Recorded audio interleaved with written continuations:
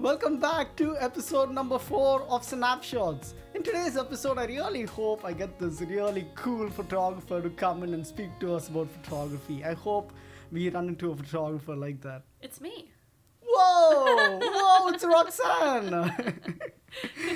Hi, Roxanne, how are you? Good, how are you? Well, thank you so much for being here on the podcast today. I remember when you came into Sheridan as a guest speaker, and I remember going and following your page and seeing your work, and I was like, oh, this is so cool. I have to have Roxanne in on a podcast, and it's finally happening. I appreciate it. This is episode 4? This is episode 4. Oh, awesome. Okay, great.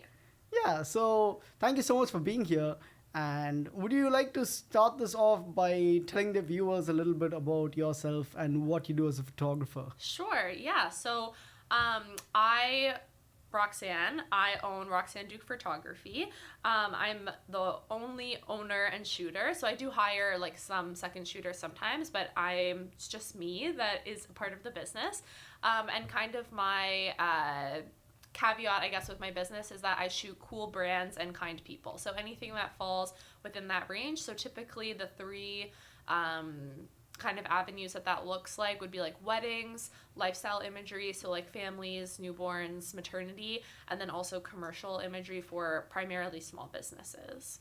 Well, that looks like you have a wide client range, right? You shoot a lot of things from weddings to babies. So I'm going to assume that you, like, if a photographer needs to get into genres like that, they need a really big portfolio, right? So what do you think about the portfolio? Yeah, I think your portfolio is really important. I think like no matter what kind of work you want to do, you have to be able to show people that you can do that work. So for me, I started primarily just doing small weddings, small families, and just took every opportunity really I had or like could to capture what I wanted to include in my portfolio in an effort to attract more work like that. So for me, like I think the biggest thing in terms of like what you put in your portfolio is like you only want it's in your portfolio to reflect what you want to do. You don't want to put anything in your portfolio that like you're not passionate about or that you don't care about. So for example, like if you shot a wedding that really wasn't your vibe or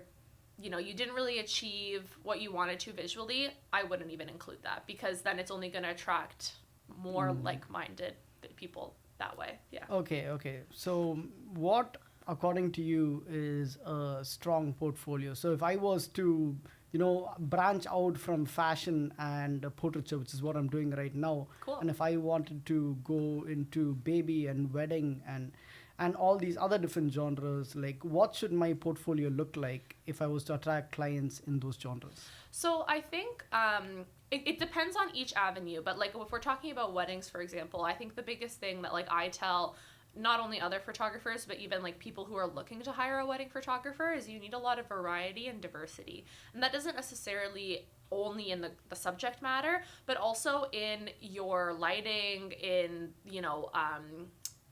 the circumstance that's happening. So you want to make sure that like your wedding portfolio is not just a bunch of ceremony pictures. And if it is, it's not just outdoor ceremonies. You have something indoor, you have something outdoor, you have something maybe that was at night, you have something maybe that was a little bit more like technically challenging. Maybe you're shooting on a boat. I don't know, like something. You want to make sure that you're showing people that you can utilize your talents in many different avenues. And that also applies as well, I think, with the lifestyle work, because a lot of times when you're doing families, you maybe you're renting a studio, but you're not really curating a lot. Like you're capturing the family as they are. You're helping pose and suggest and maybe encouraging things, but there's not much you're going to make a baby do, right? So you need to make sure that you're showing off, different angles, different lighting situations, different family dynamics, so that you can have variety, and maybe out of like, let's say 100 pictures, one of them is going to stand out to a potential client. Okay. So I saw that you have a really artistic approach in the way that you do weddings. Yeah. Which I found really interesting because I tried shooting a wedding once. Like I've shot one wedding, and the experience that I had is weddings are really it's a really tense situation, right? Yeah. There's a lot going on. There's a lot to look at, and when you miss an image in a wedding, you're basically missing It's something over. very important. It's all over, right? So Yeah. how do you approach shooting weddings, and how do you approach having that artistic style in the wedding images that you shoot? Yeah, so I think it really comes down to like the way that I function as an artist and as a photographer and the way that I run my business. So and just to say, like, to put it out there, I find that like I tend to have more of this approach throughout all of my work. So there's no surprises in that. When people hire me, they know that they're gonna get this perspective, because whether I am shooting like a wedding or a business or a family, I do tend to have a more artistic approach and also a more documentary approach, in that, like, especially with weddings and families, I want to capture what happens rather than curate what happens. So obviously it's within my like professional wheelhouse to pose people and to help curate those moments, but generally like where I find the most passion and like beauty in weddings is the stuff that happens without me having to encourage it. So taking the space and letting people have their moments and then finding ways to capture them. It is so intense though, like you said, like if you miss the moment, like that's it. There's very few opportunities like where you'll be able to say like, oh, can we just do that one more time, especially during a ceremony or during like say speeches or a first dance or what have you. So you really have to make sure like you have everything set up, setting wise, like in your camera, and you just need to go and do it and not overthink it and try to do your best to get the best angles and emotions. And it's definitely, it's a lot. At this point in my career, it's my 8th year doing weddings. Okay. I feel like so comfortable. So I think I forget like how much I'm actually doing. But by the time I get to the end of a wedding day, like I'm depleted. I'm exhausted. Yeah. So what does your team look like when you go to shoot a wedding? Because when someone comes and approaches you for a wedding, I'm pretty sure like you aren't going to be the only photographer on set, right? You're going to have multiple people on set. So give us a little insight on what the team is like and what goes into wedding photography. So it depends on the wedding. For me, I have never shot a wedding where I have more than one other person helping me. So it's typically, if I have an assistant with me, it's just one other individual. I would say like it really depends on the amount of people at the wedding and the priorities of the client. So once you get above like, this is general, but like once you get above like 120 guests, maybe even 100 guests, I would say like we should maybe have the conversation of having a second shooter. When it comes down to a second shooter, I always tell my clients like you need it if one, I can't be in 2 places at once. So like if we need to have the groom getting ready and the bride getting ready, it just makes sense for us to have 2 people, because I obviously can't be in 2 places at the same time. Or if there's a big emphasis or importance with the client on having family candids and like pictures of their guests. So that's something that I'm totally comfortable doing on my own when we have like less than 100 guests. But when we have more than 100 guests or 120 guests, it's just more. Like there's just more things to photograph. So you just want to have another body or person there to get the moments that you're not while you're busy, just so that you end up with more imagery. But that is really like, it's priority of the client. I would say if we were over 150 people, I'd say definitely we need a second person just so I have the hand. But under 150, I really just let the client decide what they need and want. But it is usually just me or one other person. And then sometimes they'll have like a videographer or a coordinator or someone who you're working with directly on the day of. But like that's it. I don't work with them afterwards or anything like that.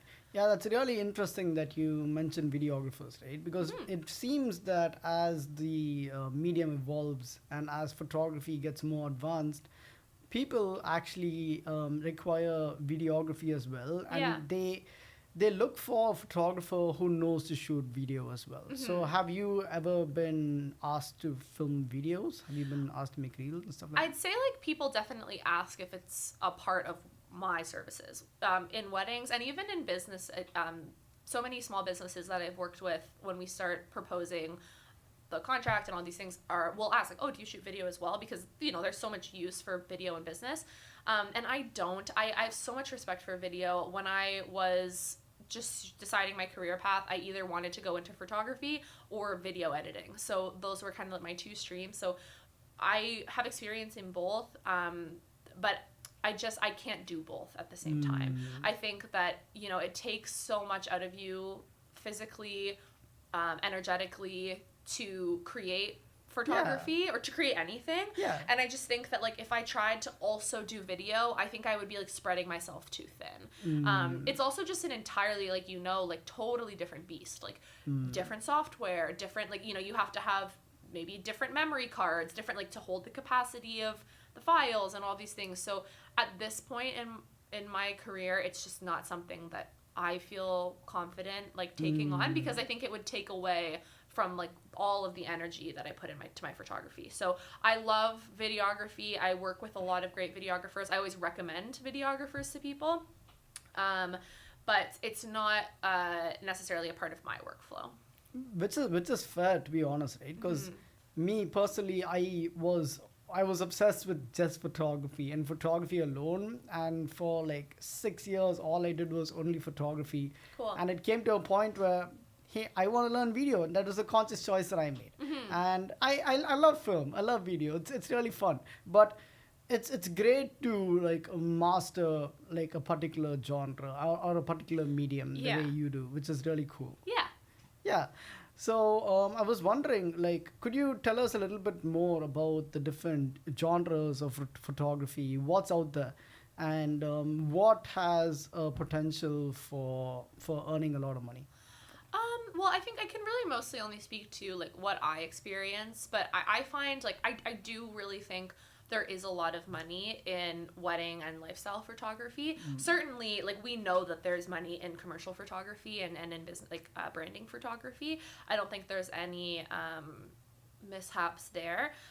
But for me, like when I was at Sheridan, when I was starting my business, I did really feel kind of alone in that a lot of people were shooting fashion, a lot of people were shooting still life or whatever, and those are so beautiful. I have so much respect for those avenues, but it felt like sometimes what I was doing was less valuable than that. It was like, oh, like you're just shooting weddings, like it's not like whatever, it's not artistic, it's not, and that's fine. Like you can change, you can't change people. You have that opinion if that's your opinion.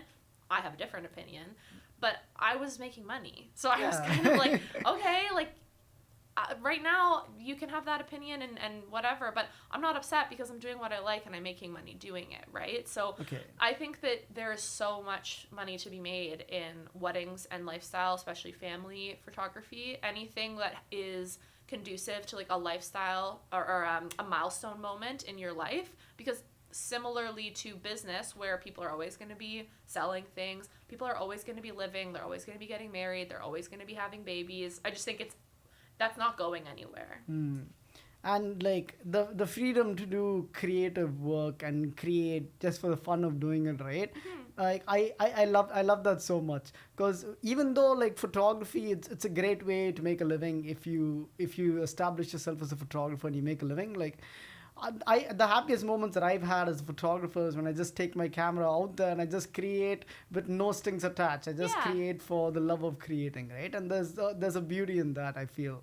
Totally. And it's so important to like, it's important to make money and build a business, but you can't do any of that if you don't preserve your passion. So I think like that's something that I'm definitely really passionate about, is maintaining like an actual love for what I do and doing what I love, not just because I have to. Okay, and how did that love stem? How did you fall in love with photography? How did that happen? Like I said, I've always been a visual person. I've always loved pictures and film and movies and all these things. So growing up, I always felt like I would do something creative. And then when I was probably like 12 or 13, I bought my first DSLR camera. I think it was just like on sale at Best Buy, and it was just something I wanted to try. It was kind of like the era of like making YouTube videos with my friends and like, Tumblr pictures and stuff. So I was like, oh, I could like buy a camera and like have fun with my friends. And I just started taking it everywhere with me, and I really grew to love photography, but also taking pictures of people. So I come from a really big family. I only have one sibling, but my mom, on her side, she has 29 first cousins. Oh. So yeah, so we have like a very large extended family. So anytime we would have like a family dinner or gathering, like even my immediate family, there is like 20 of us. So like we would have a dinner at my grandfather's, and I would bring my camera, and I just loved like taking pictures of my cousins and things like that. So Eventually, once I was in high school, I started applying myself in more media-based clubs and classes. So I was on the yearbook team and, all of these things. And then when I graduated high school, I had two teachers that I worked with. One had asked me to shoot her daughter's wedding, and then the other teacher actually asked me with another student to do his wedding video. So those were my first two weddings I'd ever done. It was really great. And then from there, like, the ball just kept rolling. Like, it wasn't immediate. It took me a few years to kind of build up a reputation and, trying to figure out how I wanted to do things. But it was a very slow burn, a very natural progression, I felt like. But once I started doing weddings, I was just kind of like, oh, like, this is a really condensed moment of time where you have people, a lot of emotion, and like just something really beautiful happening. So it's really not easy to create in that, but like for what I prioritized and what I valued in creating, I was like, oh, it's all there. Yeah, that's great. Now, could you do you have experience in fashion? Only from what I've shot with Sheridan. Okay. Yeah, what was your Sheridan experience like? Oh, I had such a great experience here. I loved like my time at Sheridan. I loved my time in the program. I made some really, really great friends. And I always tell people, like, photography is one of those things where you don't have to have your degree in photography. Like, there are famous photographers who never even went to school for photography. But I'm so glad that I did it because it taught me a lot about just the industry and the art and the history. That I really appreciated learning about. I feel like I have a much deeper appreciation and understanding for the genre in general. And it also just exposed me to so much. So it's going back to weddings and wanting to have variety, that's usually one of the things I mention to people when I interview with them is, I do have my degree in photography, and while I don't think that that's necessarily a must, it speaks to my technical abilities in that I have had so much exposure and experience in lenses, lighting, cameras, like all these things. Like I just feel like I have such a well-rounded experience that I feel so confident lighting anything. Okay. Yeah. So what was the transition like from graduating Sheridan to becoming a professional? What was it like once you graduated? Did you face any challenges out there in the industry once you left college? So I started my business when I started at Sheridan. So I started my business in 2017, which was the year that I started. So at Sheridan. So the first few years, it was very much like not a hobby, but I was still working a part-time job, and it was really just something that I was doing when I had the time and clients who were interested in doing it. Once I got to third year, things really started to pick up. And in a very backwards way, COVID really helped my business. So, excuse me. What happened was when everything shut down in 2020 for like that first kind of lockdown with COVID, obviously there was like probably a few months there where I wasn't working, like no one was working, going to school, anything. But then what happened was so many people who had 2020 weddings booked had to postpone or reschedule or make some sort of change. And obviously no one was expecting a global pandemic. So quite a lot of people weren't able to have their original photographer shoot their wedding anymore. So they had booked someone, say, for 2020, had to reschedule for 2021. And then that original photographer was no longer available for 2021. Okay. So I actually had, in 2021, I think I shot like 23 weddings. Oh. And at least half of them were because people lost their original photographer. Got it. So for me, it was super scary just like in a general sense, leaving university and going out into the world as an adult and as a working professional. But by the time I had got to fourth year, I was already full-time in my business. So it was a lot to juggle. I had someone that I had hired as a culling assistant that was helping me while I was at Sheridan because I just couldn't manage the workload of like the business I was building and also my education. But at that time, like my education took priority. So I felt really lucky in that I put a lot of hard work and effort into it. And by the time I got to fourth year, I was full-time. So by the time I graduated, I already had a summer of weddings booked for myself, which was really great. Okay, so how important was networking? Did you network a lot while you were a student here at Sheridan? While I was a student here at Sheridan, I had the opportunity to start second shooting, which was really great. So I think that in itself is networking, just putting your name out there and knowing like, hey, I'm available to assist or second shoot. For me, I think networking is really just any form of talking. I love to talk. I'm a very personable person. So I find the most valuable referrals always come from word of mouth. So I didn't attend like a ton of networking events or like anything like that, but just anyone who I came into contact with, I talked to, and sometimes opportunities came from that, sometimes it didn't.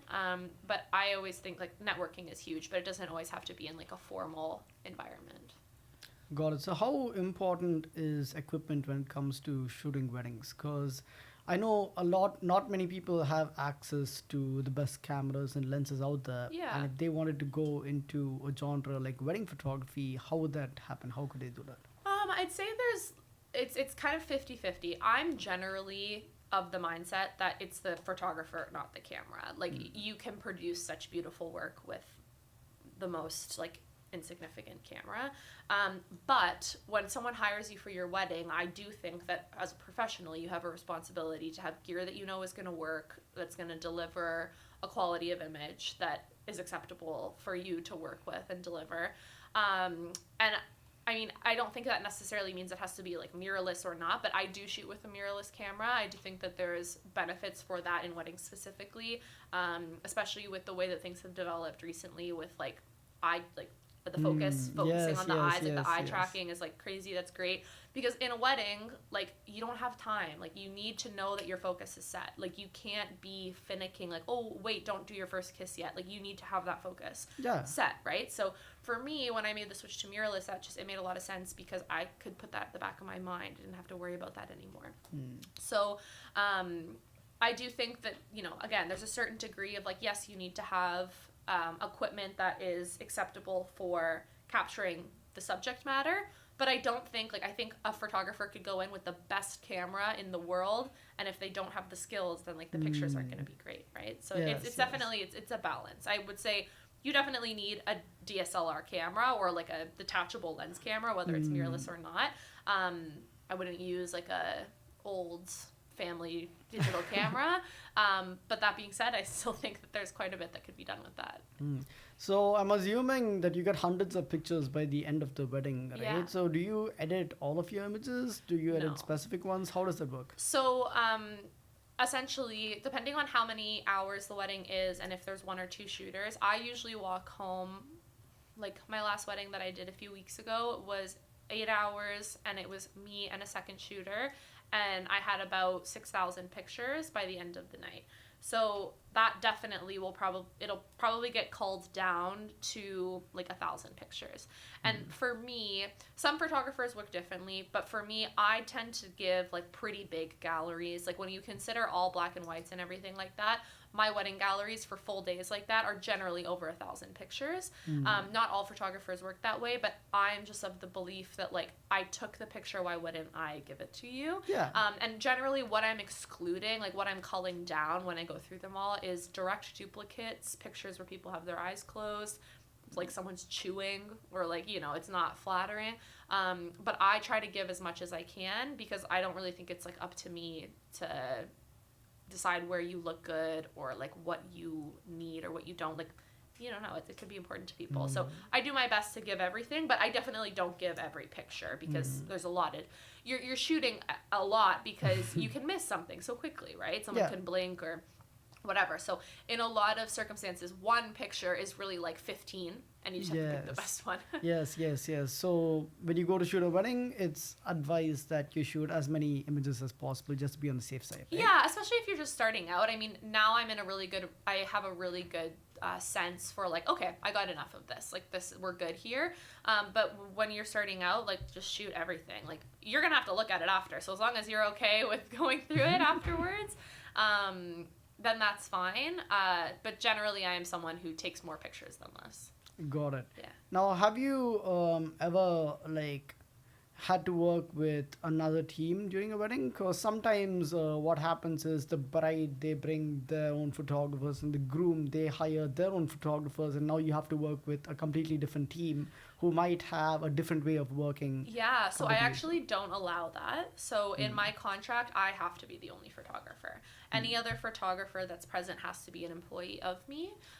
So yeah, the only way that I would accommodate that is if the other team was doing videography only. Okay. Yeah, but in my contracts for weddings, I have to be the sole photographer. That's great. So it's really important to have contracts and Yeah. and let the client know, hey, this is what you're agreeing to. This is how many pictures you're gonna get. Yeah. Do you have a wait period on your contract as well that tells you Yeah. when you're gonna give the Yeah, pictures? yeah, and there's also like it's just definitely like I know this isn't exactly what you asked, but my biggest advice if you're gonna do wedding photography, definitely get yourself set up with a solid contract, because it's there to protect you and it's there to have everything as clearly written for your client as possible, right? So I just also think it's really professional to have. It will cover things like your general safety, the safety of the bride and groom, making sure that you get fed if you're working for more than 5 hours, setting up a policy and a structure to deal with harassment, because you're also not only working with just the bride and groom, you're working with probably 150 other people at the wedding, right? So in weddings specifically, there's usually alcohol, there's usually heightened emotions. So I've been really lucky where I've had very few circumstances in my 8 years of doing this where I've had to refer back to that policy, but essentially making sure that if you are, treated poorly, that you have the right to walk away, and you have the right to a safe work environment. So does the contract also allow you to share the work that you are photographing for your purposes? Yeah, absolutely. So specifically for like a wedding, I am the sole owner of those images. So they have the right to print them and to have them. They've purchased them, but I am the owner of those images. So I do always I always offer to people, especially in intimate circumstances, like if the bride is changing and she doesn't want that picture of her stepping into her dress out on the internet, then I'll always honor that, because I just think that that's the human thing to do. Or some people these days don't want their children posted on the internet. That's not a problem at all. We manage that case on a case-by-case basis, but generally, yes, there is always some indication as to where the ownership actually belongs. And I always, even if the ownership is for, let's say it's for a commercial client and the commercial client has ownership of the images, I will always include something that says I'm allowed to have them for my portfolio as well. Okay. Yeah. So this agreement, it is basically between you and the client, right? Yeah. Now, what about the people who come to attend the wedding? So some of them may not be okay with having their pictures taken, but they are part of the environment. They are part of what's happening. So how do you deal with that? How do I deal with that? Well, I'm a employee of the bride and groom. So for me, when someone hires me for their wedding, I'm of the understanding that their guests are aware that I'm going to be there. So I haven't had at a wedding anyone be like, that's a lie. I had someone very early on in my career who really didn't want to be photographed, and I did my best. But you have to be pretty clear with people that I'm here to do a job and I'm going to do that job. And if you get in some of the pictures, I will deliver them to the client, and it's the client's responsibility to deal with that. So, I mean, if someone directly asked me, I don't want my picture taken, I would do my best to not take their picture. And of course, I wouldn't use that picture in my portfolio. However, guests have to understand that they've willingly come into this environment, and this is the way the environment is set up. Okay, so how important are backups in wedding photography? Because those are really important images, right? Yeah, so important. It's so important. And for everything. I wouldn't even just say, just for weddings. I just think backing up, everything is so important. And that is, thank you, Sheridan, because that's, so ingrained in us, in this program, that everything has to be backed up. I have doubles of everything. So my camera has a dual card camera slot, so I shoot onto both cards 2 copies. So at the end of the day, I walk away with 2 copies of everything, and I always maintain 2 copies. So even once everything is backed up, I have 2 hard drives that are raw file hard drives. I have 2 direct copies of everything, to make sure, just in case. For me, in my contract, I have the responsibility to keep the finished product images for 1 year. I generally will keep them longer. However, I don't want the responsibility to have them for a lifetime. So I really, even for my clients who aren't photographers, I ingrain in every email, you need to download the high-res images, you need to make copies, and you need to store them in different places. Because after a year, it's no longer my legal responsibility. I could clear my hard drives and that's it, they're gone. So it's I will keep them as much as I can because that's my work and everything, but I don't necessarily want the responsibility of having to keep those pictures forever, and that's a personal choice. Some wedding photographers do, and they have like a cloud and they are totally fine to have that responsibility, but for me, I think we live in such a digital world where people are really capable of managing their own files, and it's really quite simple. Just download high res, make 2 copies, store them in different places. Yeah, it's really good that you mentioned that, because I've heard of instances where clients would come back to photographers years later and they would ask them for pictures. Yeah. And it's been a year, so like where would you even go and find those images, like for example, I had a client like that last year who reached out and they were like, hey, can you send us our wedding pictures again? And their wedding was like 3 years ago. And I was like, I'll have to see if I even have them. And I did, but I only had low res copies. I didn't have high res copies. So I said, this is what I have and you're welcome to it. I shared them and she was like, oh, but they're not the high res. And I said, I'm really sorry, but it wasn't a priority for me to keep the high res images. And I indicated multiple times, that it was your responsibility. So unfortunately, like, you deal with it as cordially and like as kindly as you can, but unfortunately it's no longer my responsibility. So okay. Yeah. So how do your clients pay you? Do they pay you in installments? Do you take a deposit up front for safety? Like, how does it work? Yeah, totally. So I take a deposit to secure the day. So for weddings, the deposit is always $500 to secure the day. And then for lifestyle shoots, usually the deposit is just $100. For commercial shoots, I less often take deposits. I usually go on a case-by-case basis for that. But the reason for that is that there's way more planning involved. Like, so it's, if they're gonna book a studio, hire, an art director, hire a producer, all these people, where it's gonna happen. Do you know what I mean? So Yes. I generally do take a deposit, but especially with like reoccurring or returning clients, if we've already worked together and I trust you, it's like, okay, just pay me on the day of the event. That's fine. But generally, yeah, deposit is a great idea. Okay, so what are some factors that one has to consider before pricing their very first wedding? I think it's really great, like, if you want to get into weddings, to have, like, a base package. Like, I think for me, like, I have packages, but all of those packages boil down to an hourly rate. So when I started, I can't remember what my hourly rate was when I started, but I think I had, like, 3 packages that were available for people. I stick to that. I don't really know if there would be a circumstance where I would quote outside of that. Maybe, again, like I said, if it was like a really, really big wedding, or it was like an international wedding or something like that. But generally, like, I stick to my hourly rate and my determined packages. I just think you have to look at what you're spending. Like, at the start point of your business, if you have expenses, obviously consider what it costs you to have the business and maintain the business. And then go based off what you think is fair for the skill level that you're at. If you're just starting out in weddings, unfortunately, there's going to be a period of time where you're just going to have low prices. You're just to get your foot in the door, you're just going to have to put yourself out there, and you're still going to get paid. Like, it's not like you're not going to make any money. Know your worth at this level, and then go up and build up from there. Okay, so what's your workflow like when you work with a client? What's that like?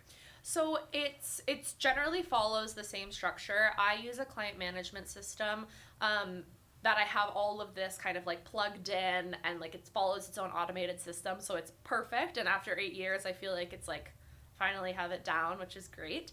But generally how it works is people inquire through my website, have a series of questions that they answer and give me as much information as possible. And then we set up a time to talk. We usually have about a half-hour conversation where we go over what their goals are visually, aesthetically, how they want to feel the day of the wedding, what they want from their photographer, all of these things. I give them all the information, the pricing, and then once they've decided that they want to work together, They let me know, and I curate, based on our previous conversation, a proposal, which includes a contract, a payment schedule, and then an invoice outlining all of the things included with the price that they're paying.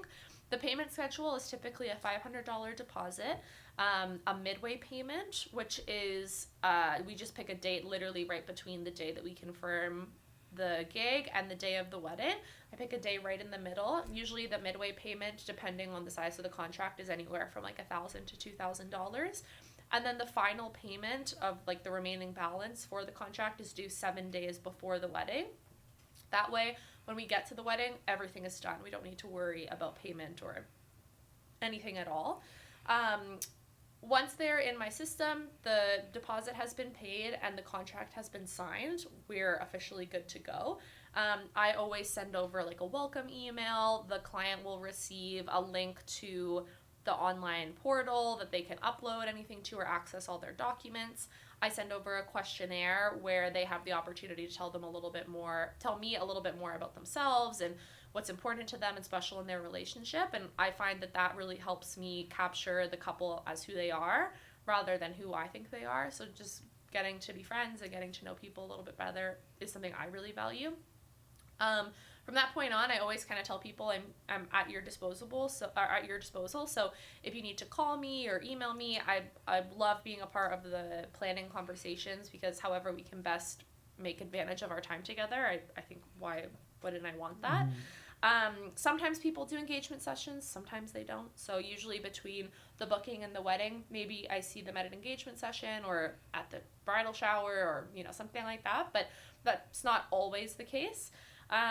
About 6 weeks before the wedding, I start reaching out to the couple again, and we'll have a meeting, usually anywhere from like 45 minutes to an hour, where we go over where they are in terms of their planning, how I can help, and we really kind of nail down the final details of what's going to be expected of me on that day. And then lastly, I send them another questionnaire where they essentially just reiterate all of the information and like a solid shot list and all of these things that are important to them. And then the day of the wedding, we do our thing. We have a lot of fun. And then I go home, I back everything up. I send sneak peeks, usually within 72 hours. So I try like no more than 3 days to get a solid round of sneak peeks. And then the full gallery is delivered within 8 to 10 weeks of the wedding. So okay. When I'm editing, I do probably like 1 or 2 rounds of culling where I go through everything, pick what I'm going to edit. I edit everything based on the color first. So I do all my color corrections and color editing first. And then I do my, I don't do a ton of retouching, but like if I have to take anything out, like photoshopping or spot removal. And then I finish with cropping and black and whites. Okay, so what softwares do you use to color grade your images? So I use Lightroom primarily. Yeah. Okay, yeah, that's nice. Now, do you also like include pre-wedding and post-wedding photo shoots in your package as well? So the option for that is typically like for an engagement shoot. So people always have the option if they want to do an engagement shoot, but it's really up to them. Okay. Yeah. Yeah. Okay, so let's say there's a cake in one of your images, right? Okay. And the people who made the cake, they want to use the pictures that you took to promote the cake to the viewers because they really like the image. Yeah. Now that they will have to come to you and you will have to put a separate agreement with them because they are sharing your work, right? Yeah. Yeah. So how does that work? How does licensing work in photography? So when it comes down to wedding photographies, that's what we're speaking about with like the cake and stuff. You can go one of 2 avenues. One, if that person, let's continue using the cake as the example. If that person with the cake, the baker, wants to buy the image, your first option is to tell that person, okay, this is what it's going to cost. It's going to be $250, and we're going to have a written agreement, and you can use this picture for X, Y, and Z. You absolutely can do that. However, I have found for weddings specifically a lot of success in sharing the images freely and using that as a form of networking. So for me, for example, 1 week before every wedding, I always ask the couple, like, who are all your other vendors? So baker, hair makeup artist, maybe you're having a pianist come, or, you know, a violinist or something like that.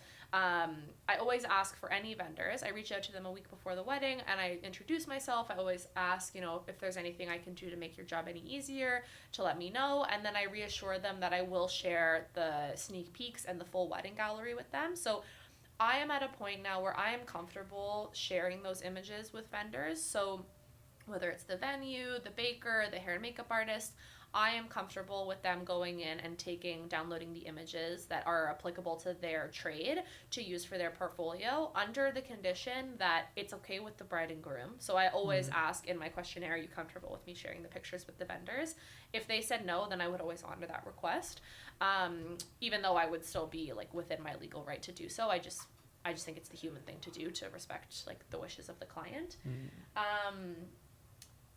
And two, making sure that the couple gave consent and that the business that takes the images will do their best to credit me where possible. So if the images are shared on Instagram or on your website, put my name or tag me. Another thing that I do, which is awesome, or has been awesome for me in exchange if credit can't be given, is to put me on your preferred vendors list. So do you know what a preferred vendors list is? No, what's a preferred vendors list? So a preferred vendors list is a list of vendors that a venue or any given wedding tradesperson will have, that is basically saying, these are all the people that I would recommend that do the jobs that I can't do. Okay. So when let's say you booked a wedding at a venue, the venue would give you a preferred vendors list that has everything that the bride and groom might need that they don't offer themselves. So if they don't offer catering in-house, there's usually a bunch of caterers on there. There's DJs, photographers, florists. There are people that the venue is saying, these people we know do good work and we like working with them, so we think you should too. So with a lot of venues, I've been able to build really, really strong relationships where they have the right to use my images, and then I'm on their preferred vendors list. So when when a couple hires them to host their wedding, I'm one of the first names that the couple sees as a person who would be recommended to do work in that space. So for me, yes, you could argue that like I am leaving money on the table by not charging people to use the images, but I, in a wedding circumstance, value more having the working relationship of like the constant referral of work than charging money up front to use the pictures. Yeah, it's all about the long-term game, right? Exactly. Yeah. Okay, so what are the mindsets that someone needs to have when going and approaching their wedding? Because it's different from a normal event, right? Yeah. So what do you think are key mindsets that people need to have when shooting a wedding? As the photographer? Yeah.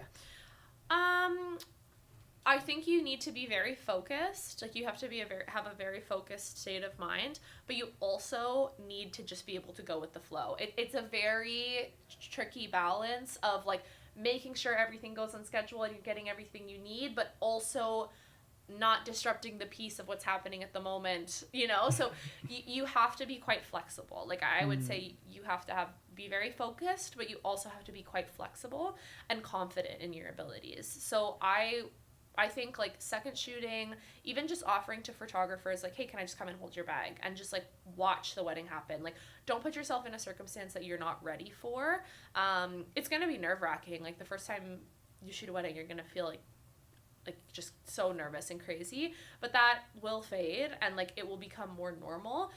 But I also wouldn't recommend like I said, like putting yourself in a circumstance you're not ready for. Like get the exposure that you need, and then when you feel like, okay, I'm technically ready for this, I know how to handle this, just do it. Got it. Yeah. So I have one last question. Sure.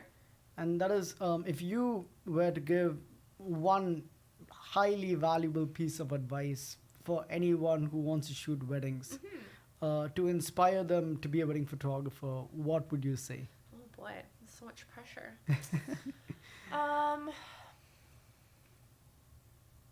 I honestly think the biggest piece of advice, like I don't know if this is inspiring, But the biggest piece of advice that I could probably give any wedding photographer, it's so simple, but just like trust your eye, like trust the vision that you have and that you follow in your head, because that's the vision that the client has requested, right? So I think it's really easy to get caught up in like imposter syndrome and comparing yourself to other people and other work and be like, oh, well, I don't know if I can do that, or that's not really possible this way. Like, don't even go there. Like, do the best with what you're given, and like really just like honor and trust yourself. I think it's the most important thing. That was really inspiring. Oh, good.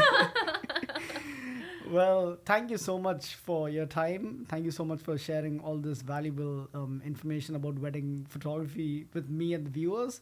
And I found it really inspiring. I found it really valuable because one day I'm going to graduate and I'm going to go out there and hopefully shoot some weddings. Yeah, right? And totally. I'm going to look back to this video and everything that you told me when making a package and making an agreement with the client and everything else. So thank you so much. Yeah, Roxanne. happy to help anytime, and very happy to be here. Thank you for asking me.